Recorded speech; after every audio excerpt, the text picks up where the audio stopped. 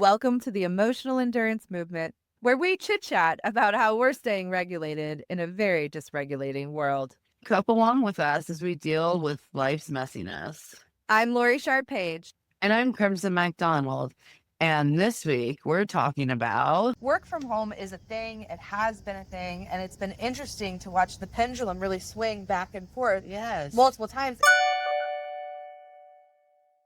Crimson was telling me about a Wall Street Journal article that she saw. The back to work movement. All these companies wanted everyone to come back to the office after the pandemic, and then it failed because we kept getting hit with more pandemic. I kind of had forgotten there were like waves there where people Right, because Omicron hit, and then we were like, oh, maybe we shouldn't go back to work. Yeah. Then about a year passed. We got the booster thing. Everyone felt better. And then it was like, hey, let's try to go back to work. But we know this is a harsh shock to the system. So come back 3 or 4 days a week, 2 to 4 days, have a presence. So businesses were not, at the time, investing in physical infrastructure for employees. At the same time, 10 years before the pandemic, companies were already looking at remote work and how to make workplaces more efficacious. Yeah. And remote work was one way. And from a talent perspective, anyone that recruits talent, it makes your life easier when you have a national pool. There's a level of compensation that comes with having that level of flexibility, right? What's interesting about work from home, because I think sometimes we do forget, like it was present prior to the pandemic. It was a perk. It was a privilege. People always think it, I'm like, I was like, it was already part of the world of work. I'm an old millennial, like one of the first. I'm an OG millennial. But like, if you think about it, I have never had a professional job I couldn't work from home. My first job, corporate, outside of the law firm and putting myself through grad school, it was at Ipsos, and we could work from home. We worked from home all the time. And that would have been And it wasn't even 2007, 2008, 2009. But it was productivity. They're like, oh, you have the sniffles, you don't feel good? That sucks. You can still finish compiling the data. And you don't have to get us all sick. Yeah, it was very present. It was very much a thing. Yeah. In my mind, it's not compensation, but it is definitely a benefit of the job. And I know a lot of people are hesitant, or at least pre-pandemic, hesitant to leave jobs. That was something I would talk about a lot with my clients as a therapist, is like this cost benefit analysis of like, this job has some real challenges, but I have a level of flexibility to attend to my life in a way that like really brings the values. Work from home is a thing. It has been a thing. And it's been interesting to watch the pendulum really swing back and forth multiple times. And this article kind of pointed to another swinging of the pendulum. That they're quietly kind of like, hey, don't come back to the office. Because what they're finding is that it's increasing turnover. They don't have enough physical space. They haven't invested. I mean, we're going to be at the 6-year anniversary of this pandemic. People need to remember,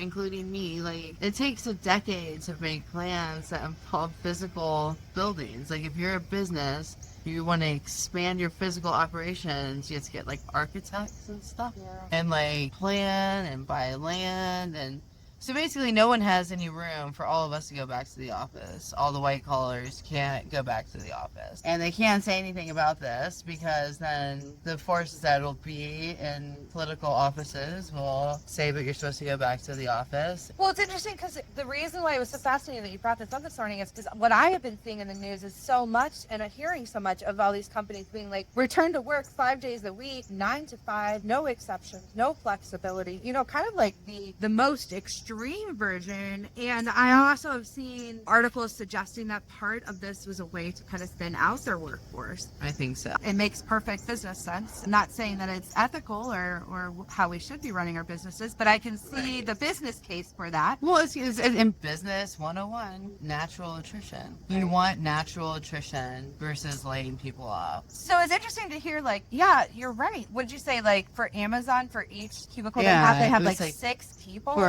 Like they don't have enough physical. They don't have the systems to actually support getting everybody back. And so it seems like getting everybody back was more of like a cultural move to shift something, right? To shift some boundaries or expectations. Or it's personality type. Think about it. Like, I mean, I would say more personality type, because when you're job hunting, you're going to put in if you want to work remote or you want to work in person. And if the job requires you to be in person and you're really excited about that, you might be a personality type that they're looking for. So interesting you mentioned that, because I do think personality must come into into play here, because not only do they have the like 6-to-1 issue of the cubicle, I would just think that interpersonal issues, especially in a space where maybe there's not enough space for everybody and people are frustrated by that, would be a lot more intense with everybody all together. Than if everybody was at home in their own environment. I mean, I'd say the interpersonal BS would still happen. It does still happen remotely. Absolutely. It's not that. I'm just saying that, like, the extra intensity of having everybody forced together, that seems like I wonder how those HR people are really doing over there. If they have to be dealing with some mess. You know, we have the actual government saying you should be working in your office. right. But the world has AI coming, like staring down at us. And then there's just the reality of life is so complicated and challenging and logistically hard that adding this superficial metric of being in person, especially knowing the drama we can all create in person, is hard. But I understand there's a contingency of people that are like, I can't focus at home. I see that dust bunny and I go after that. I think we've learned a lot about how people work and how people work differently Yeah. in this experience. I think there's a lot of value in us dissecting it, but it seems like there's an awful lot of push and pull, and that level of change and asking people to change how they're showing up or how they're dividing their time and not giving them a reasonable notification and supports to do that. It's really hard. Well, and it's hard to be equitable. I mean, I have a friend went to a psychiatrist for the first time and got a note saying that they have complete anxiety and can't ever go back in person. And like, is that fair? I mean, I think it's a complicated... Any policy that brings so much subjectivity is a policy that should be re-examined. But I do think that, generally speaking, the more flexibility and stability you can give your people, the best. It takes a lot of emotional endurance to, number one, have that conversation on a leadership level, but also just to exist in a space like that. They're asking more of their people for that. Like, this is going to have impacts on their psychological capital. I've known people who have left positions because all of a sudden the very family-friendly, focused company that they worked for is now saying that everyone has to be butts in chairs 9 to 5, Monday through Friday, when they had already, prior to all this, worked a modified, like, 6 to 3 schedule so that they could be present in their kids' life. You know, so I think taking stuff like that away is it changes the relationship, it changes the dynamic. I agree, it's hard to be equitable, especially at scale. I think this is an area where small to mid-sized businesses do a little bit better. They can meet the needs. They can meet the needs a little bit more with good boundaries. That's a part of this too. But all in all, I think people want stability and they want flexibility. And when you're asking them to exist in a place where they don't have either one of those, you're taxing their emotional endurance. Yeah, that's a good way of saying that. It's exhausting. Yeah. It's exhausting. Yeah. So, interesting to see. Interesting times we live in. Leadership's hard.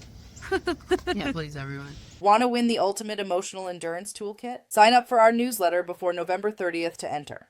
You could snag a full EEI assessment, 1-year access to Cope 365, a signed copy of Conscious Coping, and a Sprouting Change backpack stuffed with coping tools like Damn It Doll, Breath Whistle, Cooling Towel, and Trauma Tetris. That's over $500 of emotional endurance goodness.